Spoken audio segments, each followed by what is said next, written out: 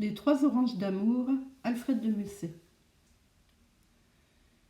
Il était une fois un prince qui ne riait jamais. Mais un jour, une femme dit : « Moi, je le ferai rire, ce prince, rire et pleurer. » Et la femme revêtit des haillons cousus avec de la ficelle, répandit ses cheveux sur ses épaules, et au son d'un tambourin, alla danser devant le prince qui se tenait accoudé au balcon de son palais. Elle fit tant et tant en dansant fougueusement, que soudain la ficelle qui retenait ses vêtements se rompit, et elle se retrouva toute nue au milieu de la rue.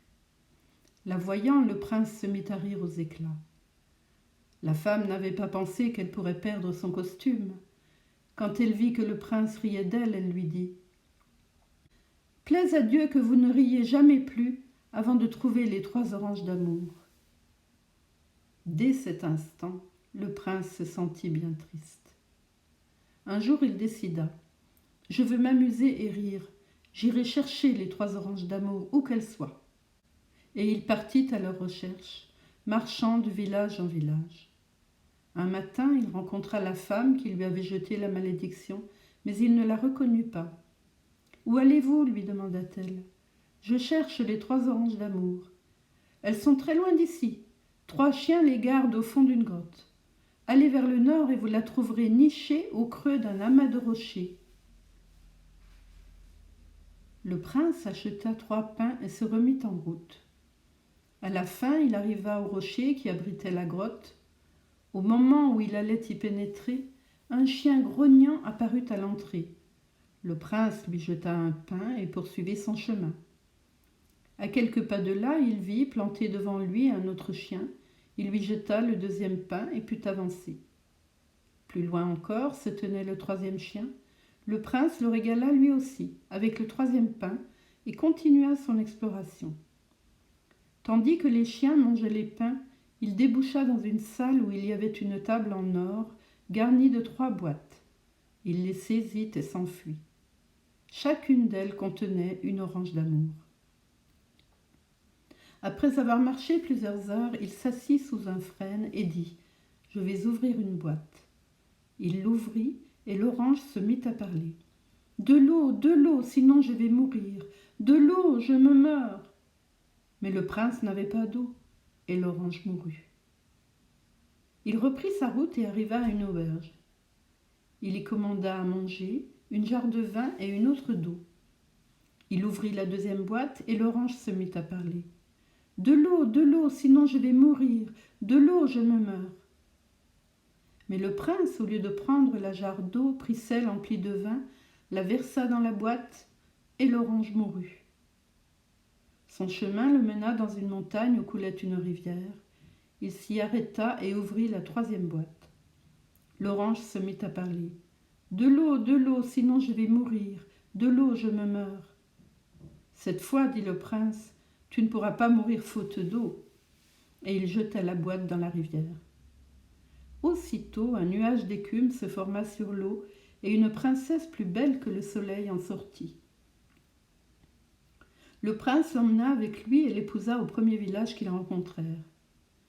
1 an après, la naissance d'un fils augmenta encore leur bonheur.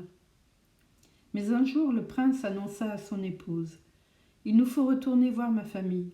Je n'ai donné aucune nouvelle au roi mon père depuis que j'ai quitté le palais. » Ils se mirent donc en route et à l'entrée de la ville où vivait son père, le prince dit à sa princesse : « Reste assise au pied de cet arbre près de la fontaine, pendant que je vais annoncer notre arrivée au roi mon père. Je reviendrai très vite te chercher. » La princesse s'assit au pied de l'arbre, son fils endormi au creux de ses bras. C'est alors que passa la femme qui avait jeté la malédiction au prince. Elle s'approcha de la fontaine pour boire et vit dans l'eau le reflet d'un visage d'une incommensurable beauté. Elle se redressa en reculant et dit : « Je suis très belle. » Elle se rapprocha peu à peu de la fontaine, et l'eau réfléchissait toujours le même visage, plus resplendissant que jamais. Elle se recula à nouveau en répétant : « Je suis très belle. » C'est alors que, s'approchant pour la 3e fois de la fontaine, elle vit que le visage reflété par l'eau était en fait celui de la princesse. Elle lui demanda: «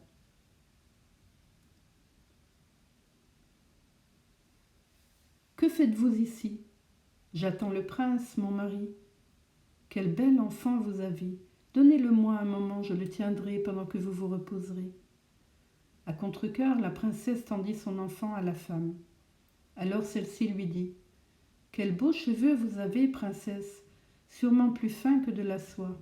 Mais vous êtes toute décoiffée. » En même temps qu'elle faisait semblant de lui arranger son chignon, elle lui enfonça une épingle dans la tête et la princesse se transforma en colombe. La femme, qui était une sorcière, prit l'apparence de la princesse, posa l'enfant sur ses genoux et s'assit au pied de l'arbre en attendant le prince. À son retour, celui-ci dit à celle qu'il croyait être son épouse: « On dirait que ton visage a changé. »« C'est à cause du soleil qui m'a bruni la peau. Ça disparaîtra dès que je serai reposée des fatigues du voyage. Allons-y. » Ils se dirigèrent vers le palais royal. Peu de temps après, le roi mourut, son fils hérita du trône, et la sorcière devint donc reine. Pendant ce temps, tous les matins, la colombe venait voler dans le verger du roi. Elle se posait sur un arbre, mangeait un fruit et disait: « Jardinier du roi. »« Madame, que font le roi et la reine mauresque ? Ils mangent, ils boivent et se reposent à l'ombre. Et l'enfant, que fait-il ? Par moments il chante, par moments il pleure. Pauvre amour de sa mère qui erre seul dans la montagne. » Un jour, le jardinier répéta au roi la conversation qu'il avait tous les matins avec la colombe. Le roi lui ordonna alors d'attraper l'oiseau pour le donner à l'enfant. Dès qu'il fut en leur possession, la reine voulut tuer l'oiseau.